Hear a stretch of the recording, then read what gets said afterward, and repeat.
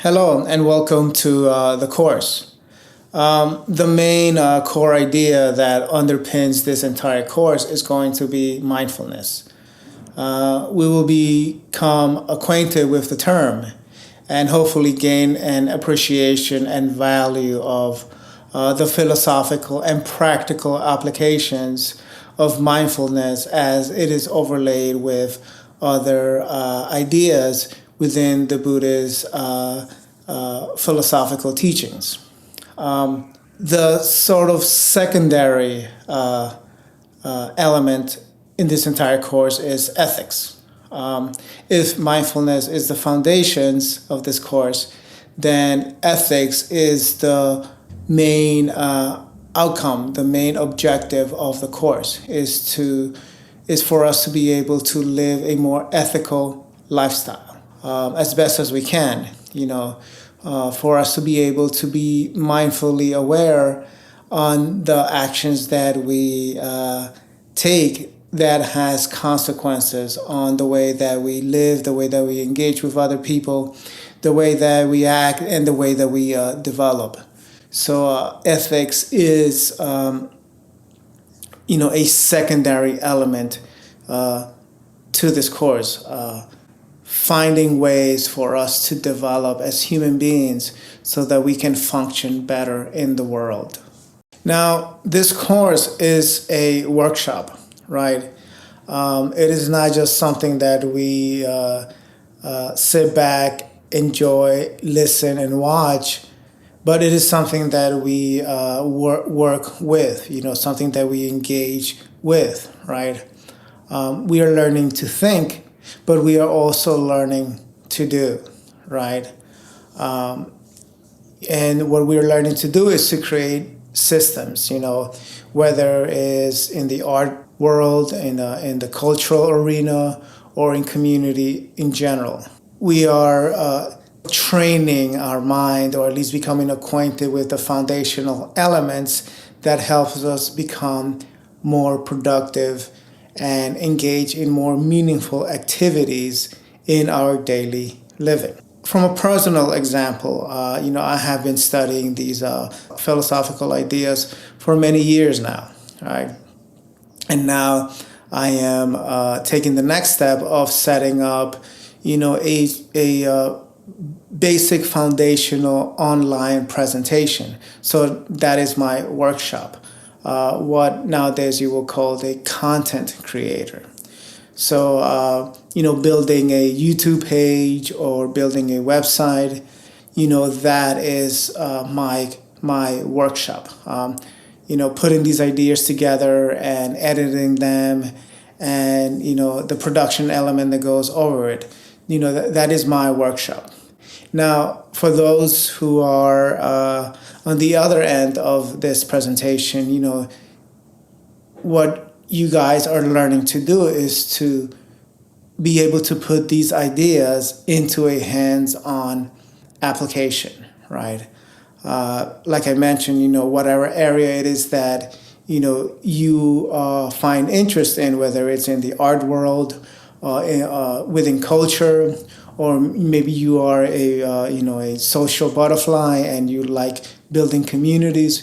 The idea is to take these philosophical teachings within mindfulness and secular Buddhism in general, and then apply them within a real world hands-on application. So let's now go over a quick overview of the main ideas that we will be covering through this course. We will begin with the Four Noble Truths, which is the Buddha's teaching after his awakening. Within the Four Noble Truths, he taught the Eightfold Path, which is the path that one is to traverse and personalize and make our own, as we advance in this journey. Now, these ideas are going to be presented from a secular Buddhist perspective. So we will go into the secular Buddhist movement that has been slowly gaining momentum over the last couple of decades. Then we will go into the Satipatthana Sutta, which is a very detailed presentation that gives us the tools and the step-by-step sort of instructions on how to go about this awakening process.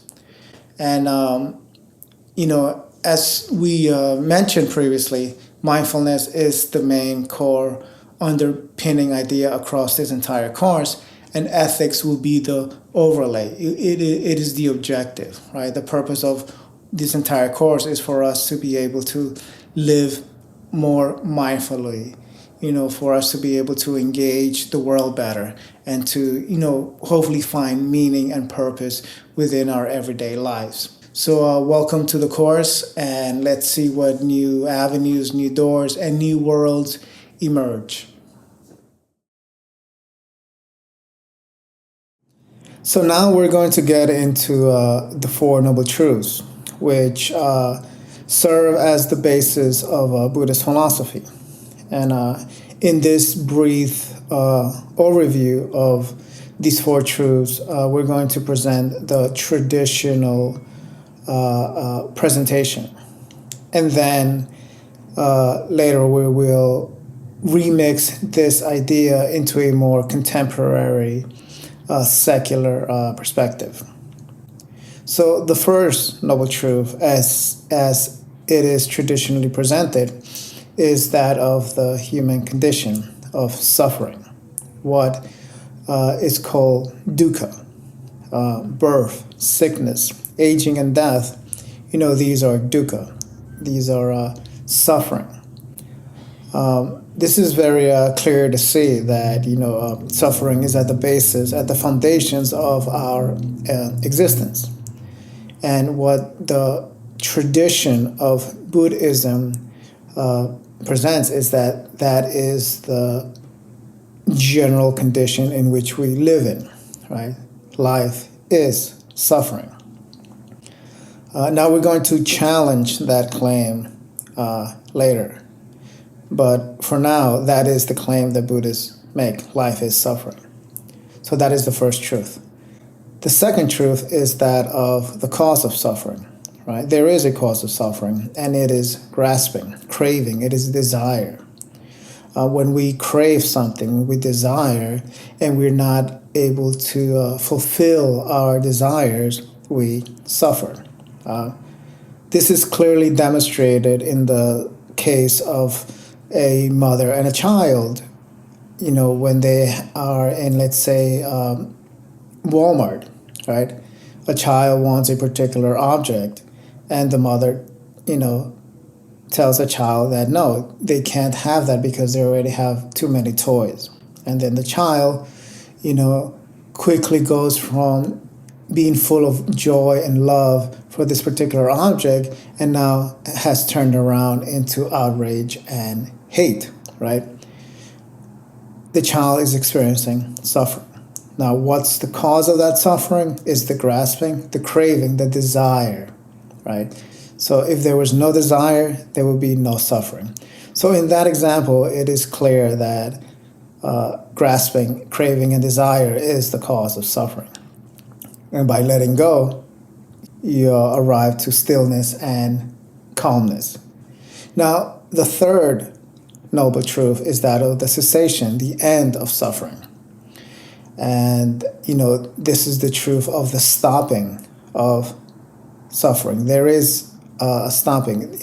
Nothing is permanent. Everything arises and everything will eventually dissolve. As in the case of the child and its mother at Walmart, it is clearly seen that that suffering that the child experiences because they are not able to own or possess that toy, eventually it subsides. Everything that arises, it will eventually subsides.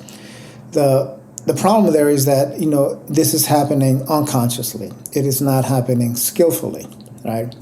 The child is not applying skillful means, or he's not applying mindfulness, right?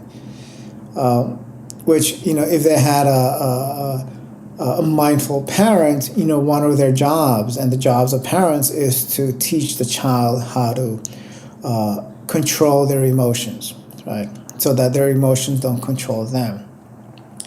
And there is mindfulness programs out there for children.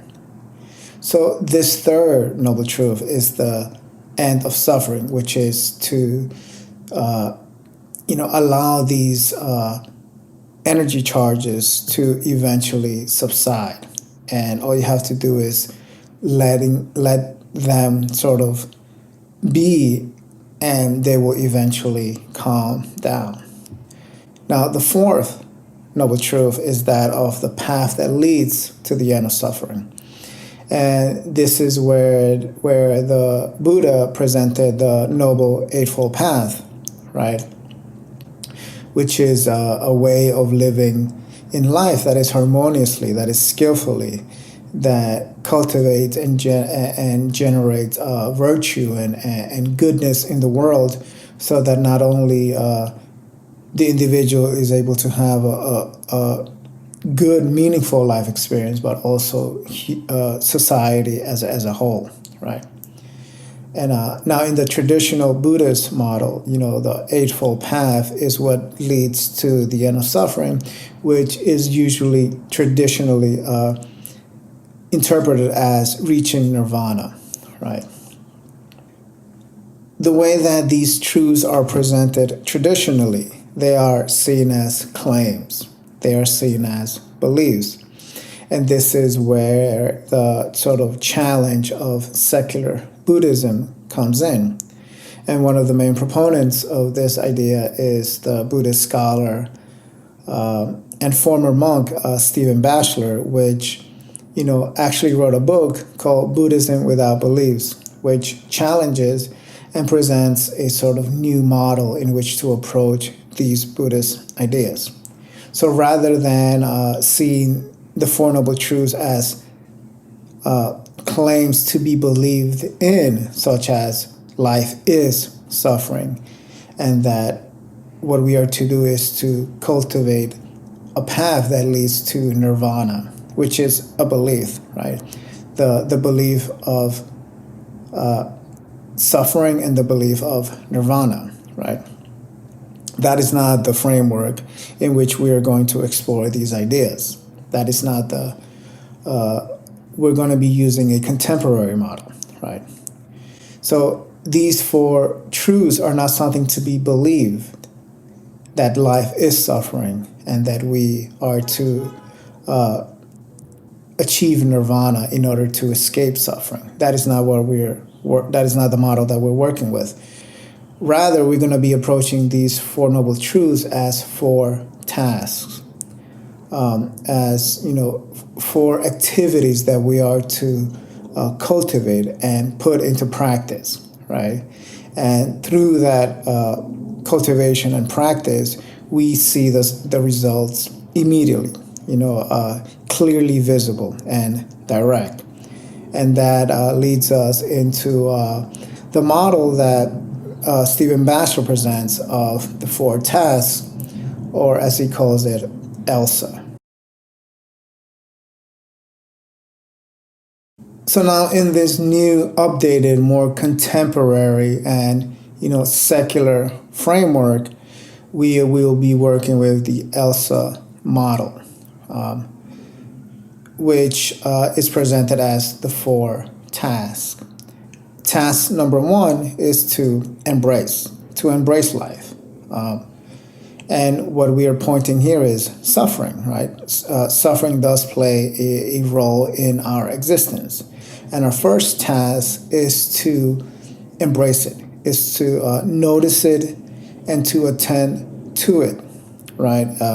It is trying to grab our attention, and we are to work with it. We are not to suppress it or run away from suffering, which is what we typically do in our modern culture. We seek pleasure and avoid pain. So our first task is to embrace the discomfort, the displeasure, and the overall suffering, the dukkha of life, to embrace it all, right?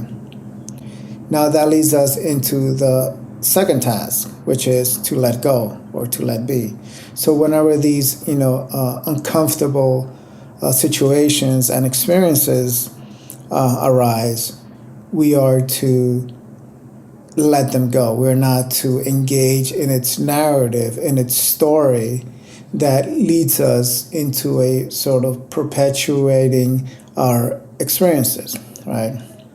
Which what we typically do is we add more fuel to the flame. So rather than fueling and reinforcing those experiences, we are to let them be, just let them arise, and through time they will subside. They will, that energetic charge will diminish. And the way that we go about that is to just simply allow the experience to take place without engaging in that story, in the narrative, without identifying with it, and then propelling us into a vicious circle that leads us nowhere that is productive. Right? Now that leads us into the third task, which is that of the, stopping or seeing the stopping of reactivity, right? If we are able to hold these uncomfortable situations long enough, eventually everything will subside. Nothing is permanent. Everything arises and then it dissolves. And if we are able to endure these uncomfortable situations, eventually we see the stopping of these not only emotions, but also these charges and these sort of reactions that we habitually put into practice because we are not mindful. So through mindfulness, we're able to stop these negative emotions. Now that leads us into the fourth task. Once we have reached a point of stillness, of tranquility, at least momentarily, then this serves as the basis for us to act skillfully and appropriately in the world. So essentially what we're doing is we are creating an open canvas, a clear canvas in which we are able to act, to sort of paint a new picture of ourselves and the way that we interact within our communities and the way that we interact within the world. And the fourth task is essentially where we paint a new picture, right? So in these four tasks, mindfulness underpins these four activities. We are to apply mindfulness in embracing all of life, including suffering or dukkha. We are to apply mindfulness when we are experiencing these uncomfortable emotions by letting them be, knowing that eventually they will subside. And through mindfulness, we clearly see the stopping of reactivity and these negative emotions. And from that as a basis, then we are able to apply task number 4, which is to act, to paint a new picture, to develop a new direction, a new path in life, which the Buddhist Four Noble Truths presents as the Eightfold Path. Imagine a man traveling through the wilderness. He comes across an ancient path and follows it. It leads him to an ancient city, which was inhabited by people of former times. In this ancient city, prosperity, balance, joy, delight, and wonder were as natural as the rivers below and skies above. Upon directly seeing this, the man then returns to his local city and explains his discovery to his local king. You should know that while traveling, I saw an ancient path, said this man. I followed it and found an ancient city. We are to rebuild our city and model it to this ancient city in order for our city to prosper. The king will then rebuild his city so that in due time it becomes stable, prosperous, rich, strong, and well populated. In the same way, I saw an ancient path, said the Buddha, an ancient road traveled by the self-awakened ones of former times. And what is that ancient path? The Noble Eightfold Path.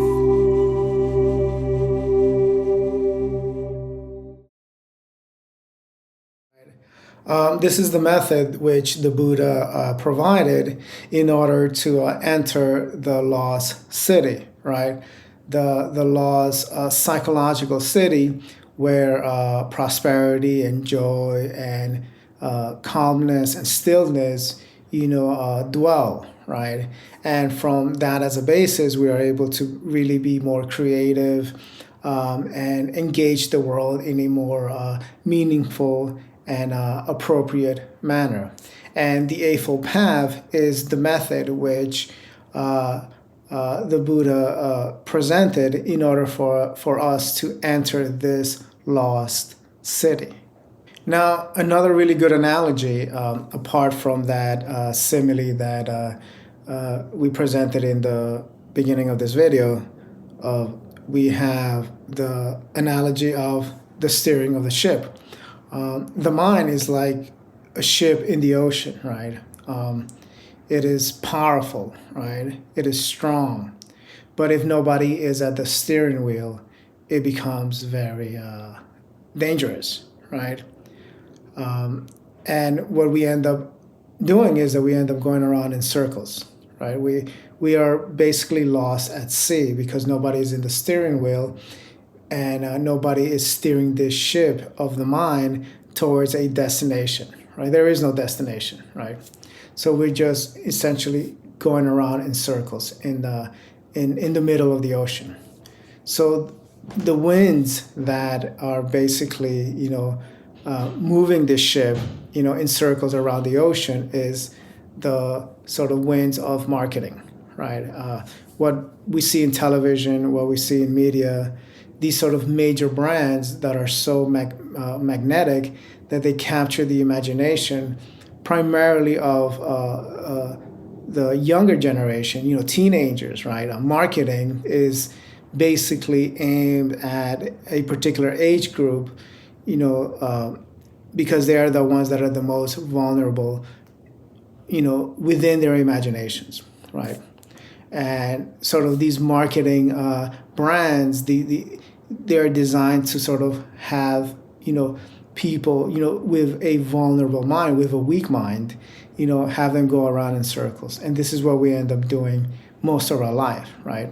Until eventually one gets towards a later age in life and one realizes that one has not really gone anywhere, that one has just spent most of our life going around in circles. And that is when, you discover a path, that is when one discovers, Buddhism or secular Buddhism or any other form of Buddhism, which teaches us, ways in which we can regain control of our mind, right?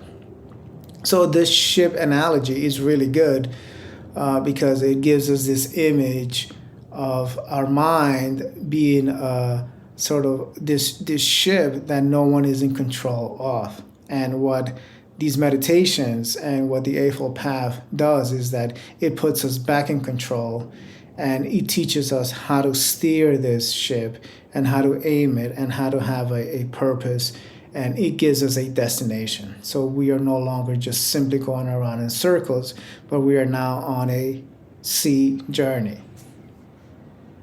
Now, each spoke of this wheel represents a particular theme that we have to put into practice in order to properly navigate this ship towards liberation, right?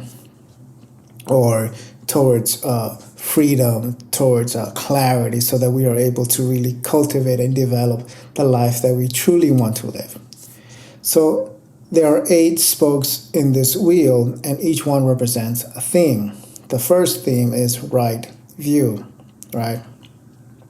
The second one is right intention. Now, these two fall under the category of the wisdom section of this teaching. And one is required to have the right view, right? We need to be introduced to these ideas and to understand the nature and how reality truly works, so that we have an appropriate view in which to see the world, right? And usually this requires a teacher to come in and kind of like show us, what is underneath the sort of surface level of reality, and that there is an alternate view, right? Rather than just consumerism and capitalism. So this sets our mind towards right view, and once we have the right view of the world, then that leads us into having right intent, and that leads us to planting the seed of having the intention to take control of our lives, so that we can steer it towards a path trajectory. Right. Now, then comes the next section of the Eightfold Path, which are the ethics, right? Right action, right? Right speech, right livelihood. Now, in action, speech, and livelihood, these are the ways that we act in the world, right? The way that we interact with one another, with each other, the way that we sort of make a living. So our actions are to be, kind and noble, right? And in the sort of Buddhist tradition, they are known as sort of the 5 precepts, which is, not harming, not stealing, not engaging in inappropriate sexual conduct, and essentially, taking part in actions that are sort of productive and not harming to oneself or to one another. Right speech, right? This is, not speaking divisively, right? Not sort of speaking in a manner that is harsh, right? Speaking gently, speaking kindly, right? Speaking words that inspire and lift, but also, that skillfully introduce that there is work to be done, right? Which is the, reality, which is the sort of, bitter truth that people don't want to hear. And that is one of the skills that, Buddhist philosophers have, is to be able to introduce these ideas in a way that they don't really have that aversive reaction, although that is something that we do have to overcome. So right speech is essential in sort of steering our life towards a more sort of productive and meaningful and purposeful direction.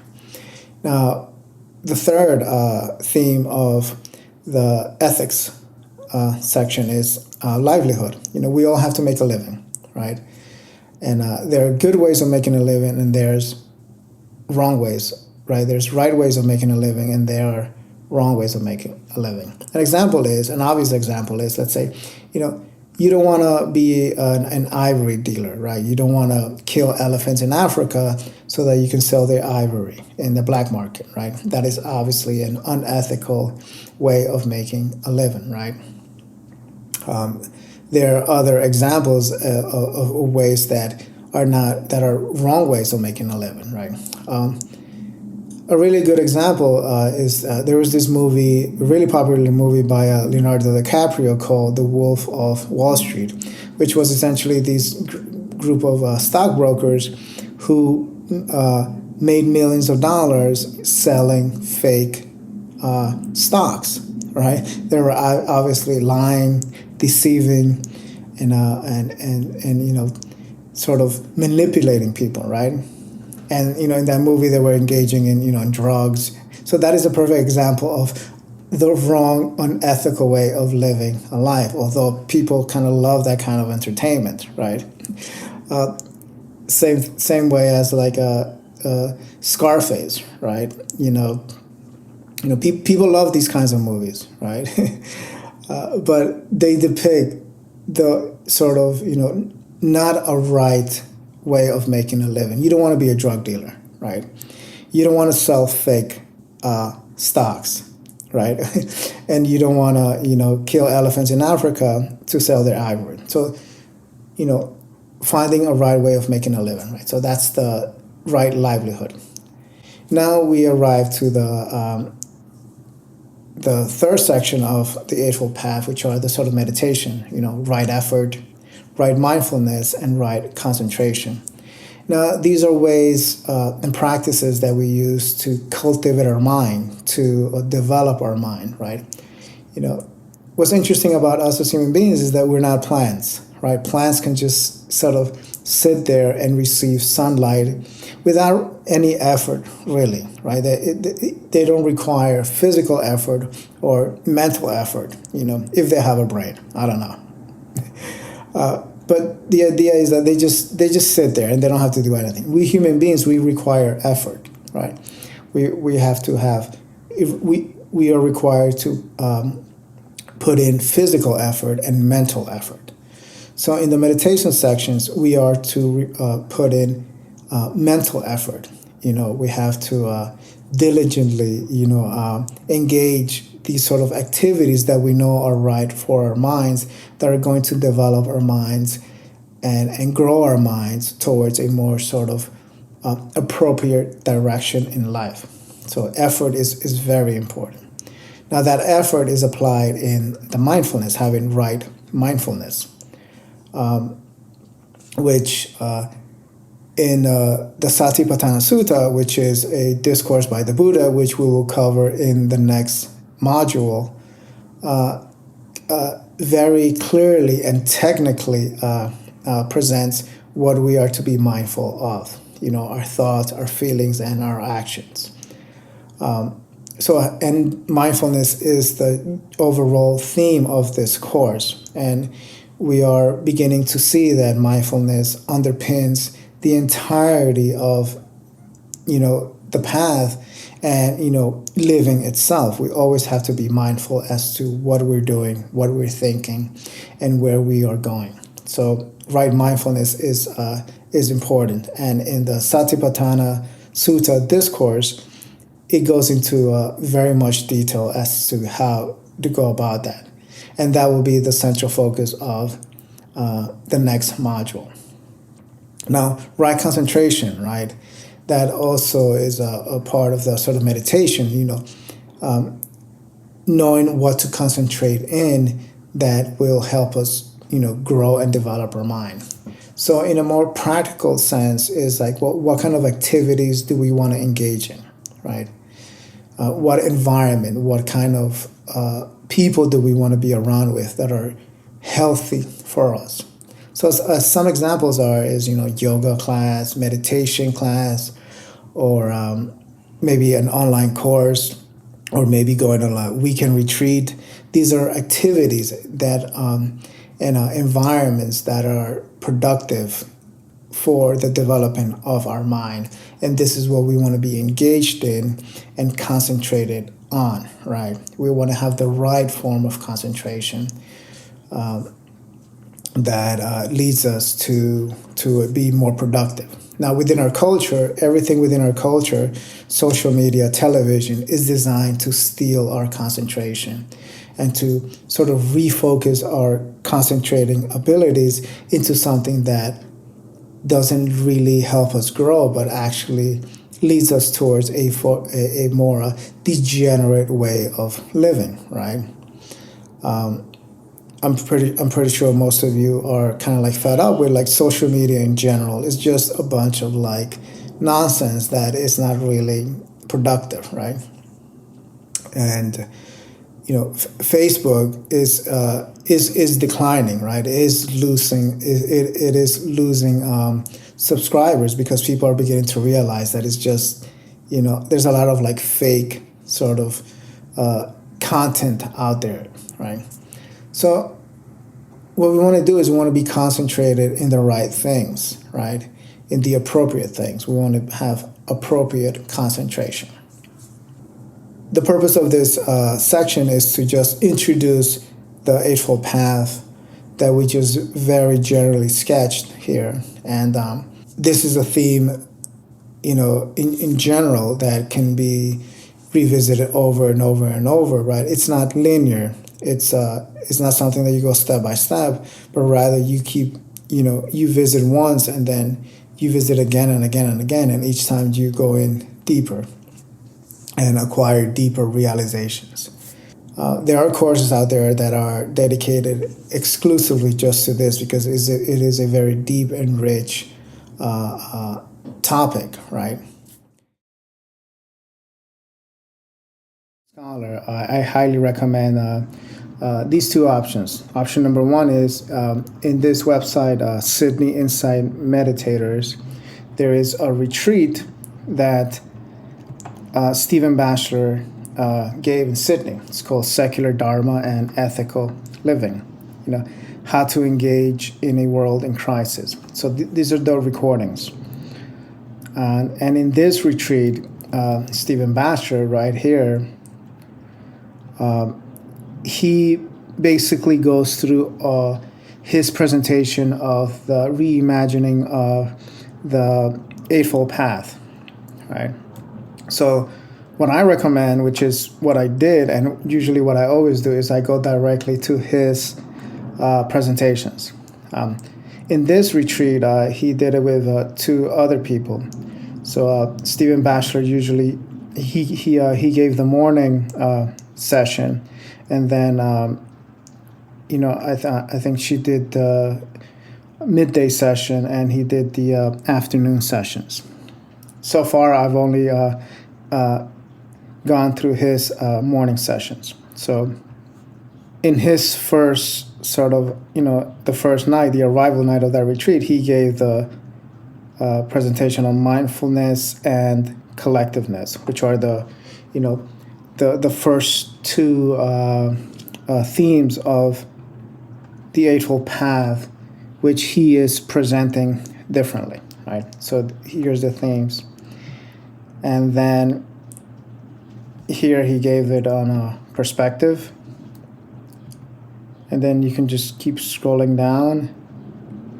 And then here he is on imagination. And then application. And here's an interesting guided meditation, which I highly recommend. And then survival. You could listen to these videos as podcasts, or you can just watch the videos. I recommend just listening as a podcast, so that your imagination is really able to process it, right? And then kind of and it helps with the imagination, right? Although it's often, sometimes it's good to sort of watch the image, so that you could get a sense of humanity. Although it's still, this is a digital presentation, right? And then here is his on the theme of work, right? And then the last is on voice, right? So each one of these is like an hour. So this is like, just by listening and watching his presentations, that's a good, I think, like 6 to 10 hours of, a presentation on these themes by a master, right? He's been studying these ideas for, I think, over 50 years. So this is what I recommend, is listen to these talks. Now, a second option is he also has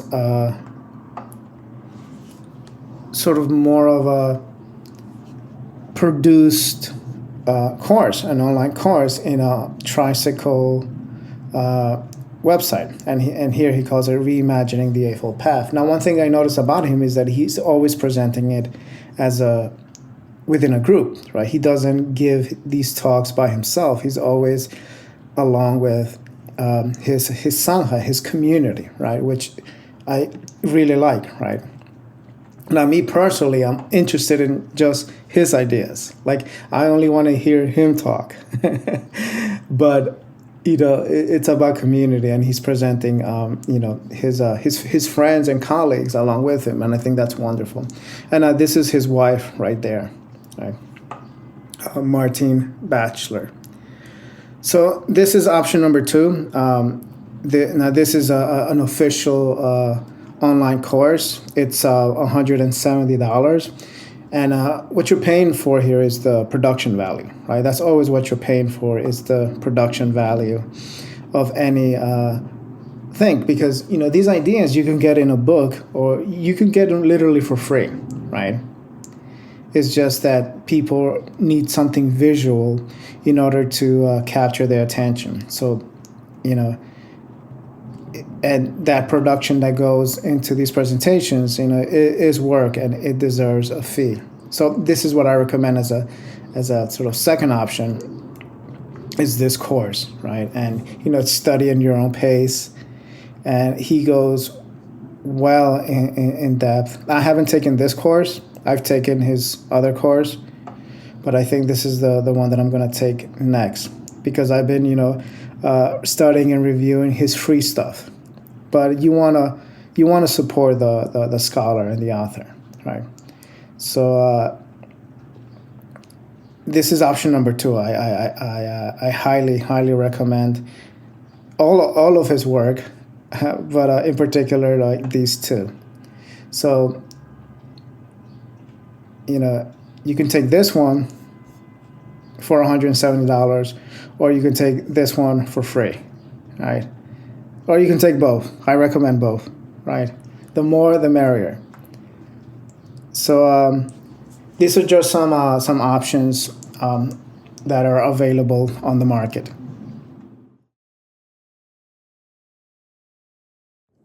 So now it's important to touch upon this idea of discernment. Within the Eightfold Path, you have right view, right intent, right action, which implies that there is a wrong way of doing it, right?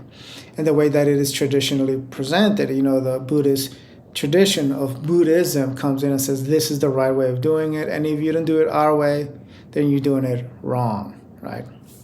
That is not the secular Buddhist approach, right?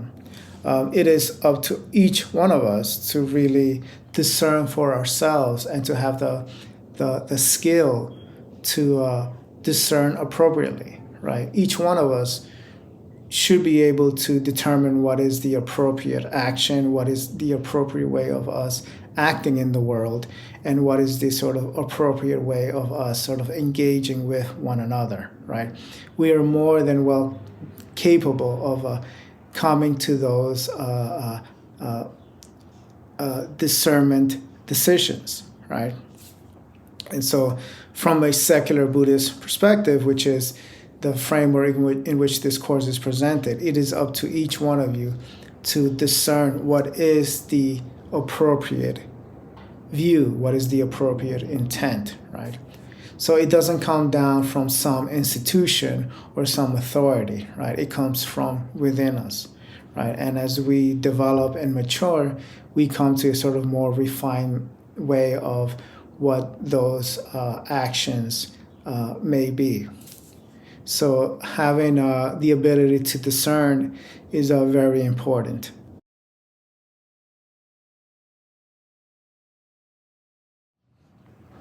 Now, a very important distinction between the traditional way that the Eightfold Path is presented and the more modern secular presentation that we're giving here is that in the traditional path, the Eightfold Path is presented as the path that leads to the end of suffering, right? To the end of dukkha, to the end of the cycle of birth and rebirth, right? That is not the secular Buddhist perspective, right? In the secular Buddhist model, we are reimagining and reinterpreting it very differently, right? It is not an escape plan, it is a restoration. We are restoring the lost city, right? The city where prosperity, beauty, creativity, virtue, skills, prospered, abundantly, right? This is the city that we are trying to restore and rebuild. So a clear distinction between the traditional path and the secular path is that it is a restoration project, not an escape plan.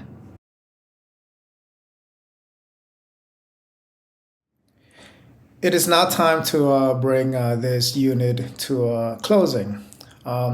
In this unit, we cover the Eightfold Path within the context of the entire course, which the theme is mindfulness. And the idea of the entire course is to bring mindfulness into these different areas, these different philosophies, these different ideas, so that we can become aware of them, not only of their existence in the world, but also of their benefit and their great impact that is having, very subtly within our culture. And by us, spreading mindfulness, we bring more awareness to the world that these technologies do exist. So in this unit, we cover the Eightfold Path, which is, as we previously mentioned, the path that the Buddha presented in order for us to achieve this great city, which we use as an analogy. Which is the inner city, right? Our psychological mind state where we are able to be prosperous, creative, find wonder, and, find our voice once again, right? And the Eightfold Path is what leads us to this inner lost city. And upon, coming into contact with any great idea or any great sort of a place, the next thing that we do is we share them with others. And that is the attempt within the overall presentation of this entire course. And within this particular unit, is to bring mindful awareness to these 8 steps that lead to this inner world, to this inner lost city that we can not conquer, but sort of be initiated into, or to use more of a Eastern term, that we can awaken into. So hopefully this unit was of benefit and interest. And as always, these ideas are, ideas that you keep circulating, you keep circumambulating, you just keep revisiting them over and over and over. And each time you go in deeper and deeper and deeper, not only at an intellectual level, but also at an intuitive level. So good luck on the journey.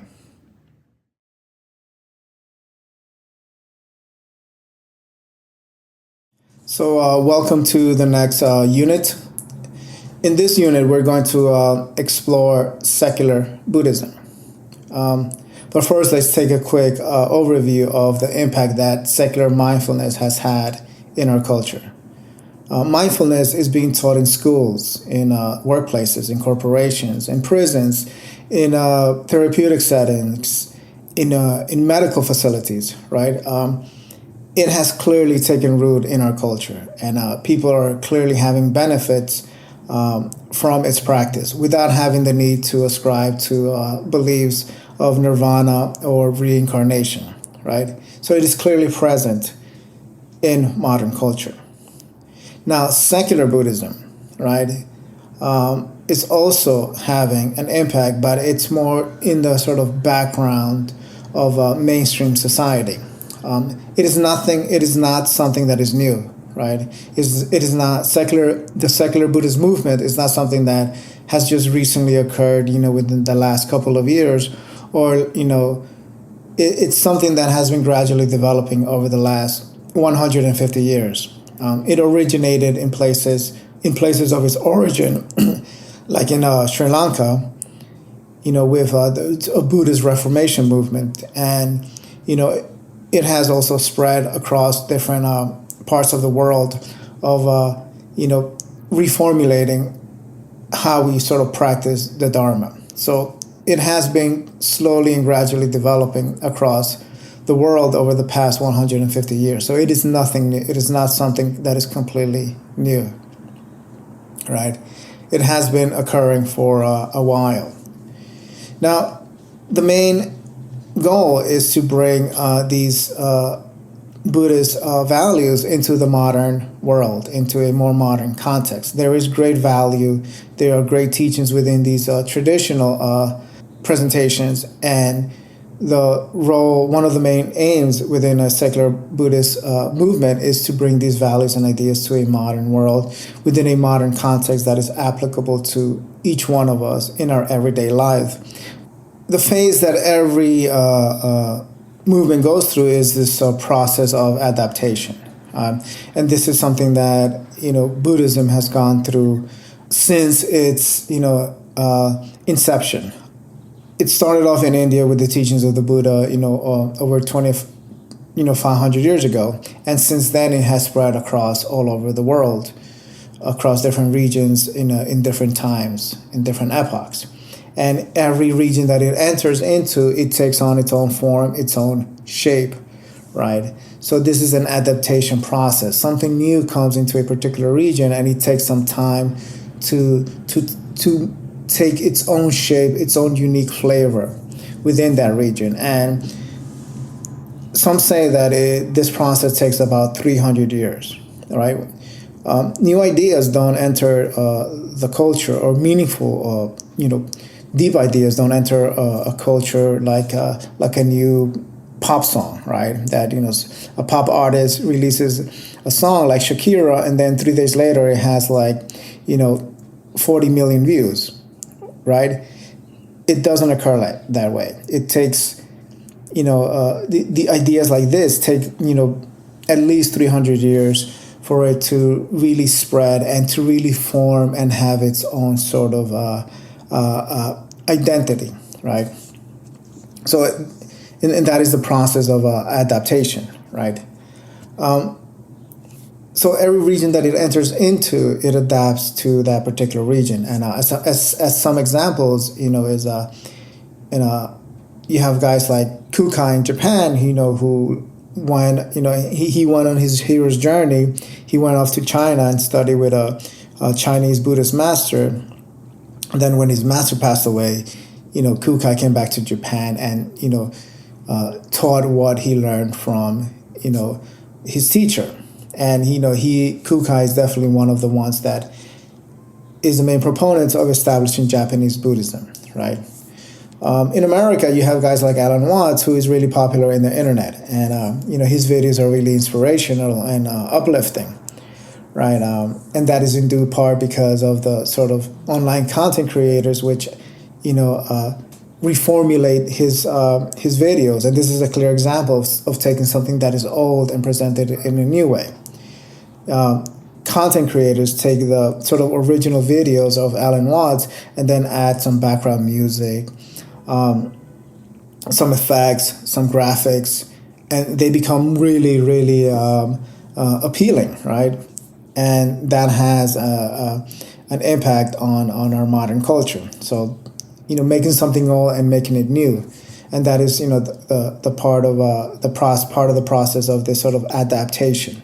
Buddhism has gone through that process. We see it in places like, Tibet, China, Thailand, and all these other places that it has entered into. It has taken its own shape, right? There is no one Buddhism, right? There's different forms of Buddhism that take shape according to the region that they enter into across different epochs. So it is clearly seen that there is no one Buddhism, right? And this is now those traditions have already been established, right? They already have gone past the 300-year mark, so they are pretty well established. But, when something gets established, it also has baggage behind it, right? Like it always filters in, right?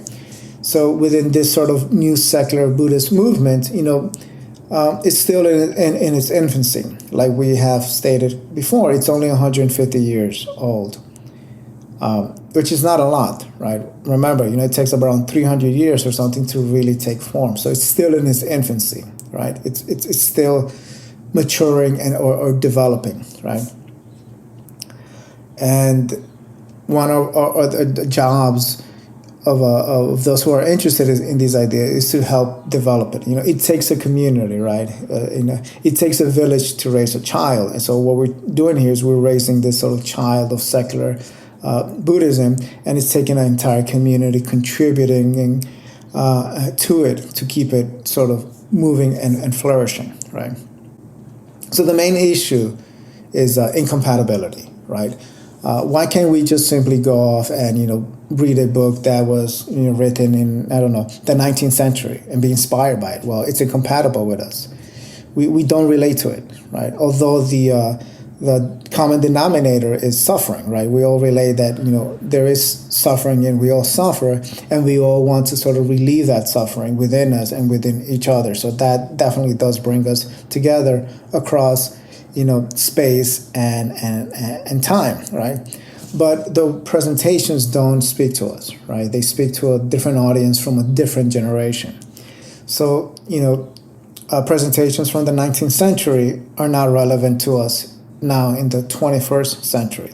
So this is why new presentations, new models, new applications are required that do speak to us, right? And this is part of the job of the secular Buddhist movement, is presenting these ideas in a way that is relevant to us in our modern time.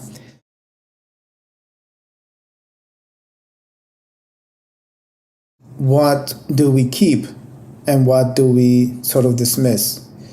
And to help us understand this, we can employ the inspiring words of a great American icon or global icon as well, Bruce Lee. He has this quote that goes something along the lines of one is to adapt what is useful, dismiss what is not useful, and add what is uniquely our own. And that is precisely what the secular Buddhist movement is doing. It is adapting what is useful within these traditions, in particularly the early Buddhist teachings. It is determining what is not useful, and then it is adding what is uniquely our own. And by that is the region that it enters into, that is the sort of unique flavor that it adds to the tradition. So what exactly are the vital components that we should keep? Well, obviously the teachings on ethics, also teachings of compassion and resilience, and even the warrior-like training on resilience of the Lo Jong, right, which is a kind of like warrior-like mindfulness meditation to overcoming adversity. So some of these are the practices that we can keep. Now, what are some of the practices that we can dismiss? Right. Well, some of the beliefs, practices, some of the beliefs, some of the superstitions, some of the rituals. We can dismiss those. We don't really need them, right? So this process of discernment of what can we keep, what can we dismiss, and what can we add that is uniquely our own, it's still a work in process.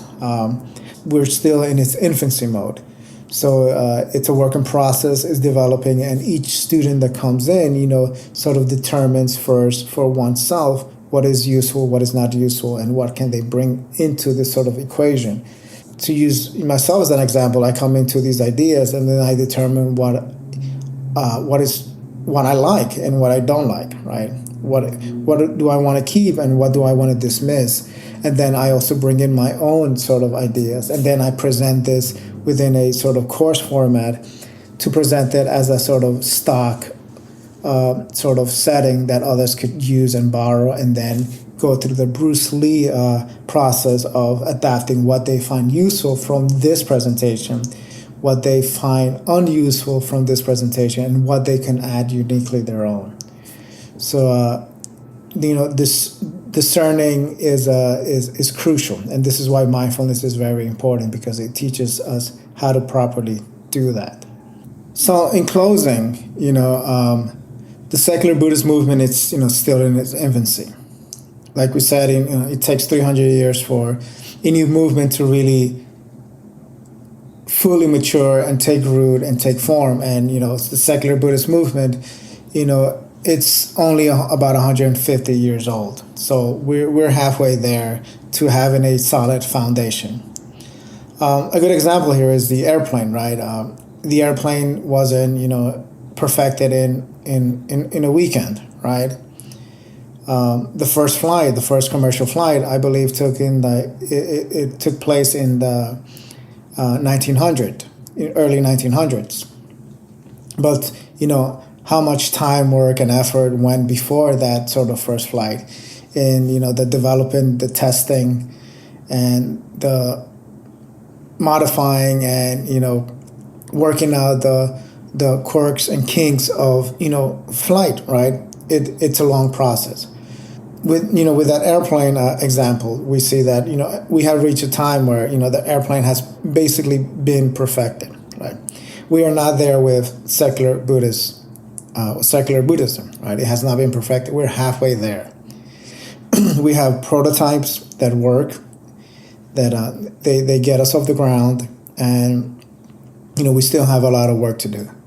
And this is where the works of like many scholars from around the world, both from the academic field, from the philosophers, clinicians, they all are taking part in contributing to the development of sort of this new movement. So it requires a community. It is a community effort across different times and different spaces. But currently, we have a lot of really good prototypes. There's many people on the internet, online, that are presenting models that we can use, that are safe, that are basic enough, but also tied to a deeper sort of a tradition. Now, the last point that I want to make is that mindfulness is not Buddhist. If you practice mindfulness or meditation, it doesn't necessarily mean that you're becoming a Buddhist. It's just you're studying your mind, right? Studying the mind is a universal idea, right? We all have a mind, and we all want to sort of perfect it and refine it, and we all want to find ways in which we are able to do that. So now we have arrived to the Satipatthana Sutta. This text, or this teaching, is what got this Hermetic Buddha project started. And one of the things that appealed to me was that it was really short, right? It's something that you can read in, if you are an avid reader, you could read it in one sitting. It's only like 40 pages. The text itself, the sutta itself, is really, really short, but it is very dense. It is very compact, and it needs commentary, and ideas need to be extracted from it, which is why you have commentaries. So the original text is 40 pages, and then you have like the official commentaries, and the one standard commentary is the one by Bhikkhu Analayu, and in his book, The Direct Path to Realization. It's very detailed, this was written by a scholar monk, right? So he goes into detail not only on the teaching itself, but also on the historical background. Like he references the suttas within the Theravada tradition. So that book might be a little too much, right? Especially for those who are starting out, it might be a little too much. So there is this other sort of commentary by Joseph Goldstein. He's essentially commenting on the same text, but in a more sort of practical manner. Hence the subtitle, a practical guide to awakening. So that is the one that I would recommend if you really want to get into this Satipatthana sort of teaching, is Joseph Goldstein's Mindfulness. It's called Mindfulness, subtitle A Practical Guide to Awakening, which is a really detailed and commentary on the Satipatthana Sutta. So what are some of the main ideas within this text? Well, so it presents the idea that there are four areas in which to apply mindfulness into. The body, our emotions, the mind, right, and then the mental constructs, right. So four areas: body, emotion, mind, and these sort of constructs of the mind, right? And these four areas are the areas that we apply mindfulness into, and by doing so, we awaken to sort of the nature of reality, which is it's empty, right? It's fluid. Nothing is as it seems, and now, within the Buddhist tradition, the ultimate aim is to realize that there is no self, that there is no you. And that is what the Satipatthana sort of walks you through is, first you start off with the body, and you look for yourself in the body, right? And, it goes even into sort of more detail where, there's different aspects of the body, and it begins with the breath, right? So first you look for yourself in the breath, right? Whenever your lungs are empty of air, there's still you, right? So you have not disappeared. So you are not the breath, right? And it is on the basis of that then the other layers of sort of the body enter into analysis. Within that analysis of the body, you even go down into like the different parts of the body, right? And then it goes into into the elements of the body, right? So there's a multitude of areas within the physical body that you contemplate, the sort of the nature of these sort of constructs, and you sort of briefly realize that you're not them, right?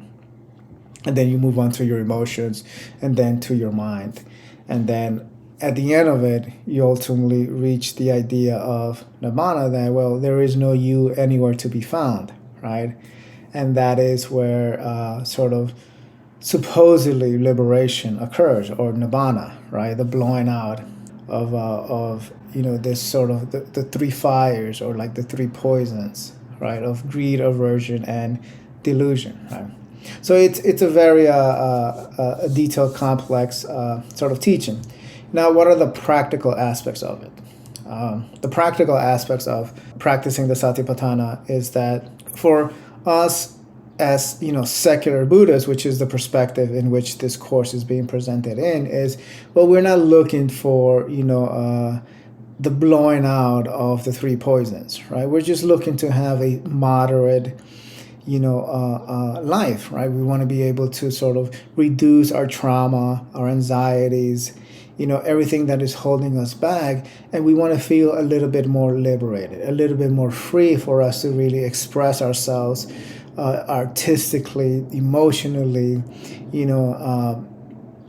intellectually, however it is that we want to sort of express ourselves and present solutions to the world. We want to be able to do that freely, without the one essential fear, which is the fear of what other people will think of us, right? So from a secular perspective, that is what we want to cultivate to a moderate degree, right? So that we are all capable of being constructive and productive, right, in a harmonious way that helps a community, right? And within that context, we're not really focusing on the sort of the beliefs, which are not practical at this level, right? So this is why I really like the secular Buddhist model. It's very pragmatic, very practical. All the mystical stuff and the beliefs, we could, put those ideas back on the shelf and develop a different system to entertain those ideas, which are very interesting and very fun. But we need to get the practical aspect first, and then we can, fly off into, fairyland. Right. So in summary, the original sutta is 40 pages. The official commentary is Bhikkhu Analayo's The Direct Path to Awakening, and then the sort of practical commentary is Joseph Goldstein's Mindfulness, a practical guide to awakening, right? And this course, or this, short video just serves as a sort of introduction into this text, which the main teaching of the whole text is to apply mindful awareness into the four major areas, which is our body, our emotions, our mind, and the mental constructs of our mind, and to realize that, well, we are not to be found in any of those layers. And the deeper that we go into those, that realization, the more liberated and more free we become. And as we do that, we're able to really sort of perform, create from the basis of, not from sort of fear or anxiety or scarcity mentality, but from the basis of creativity and love and compassion, and wanting to provide systems that reduce unnecessary suffering in the world, right?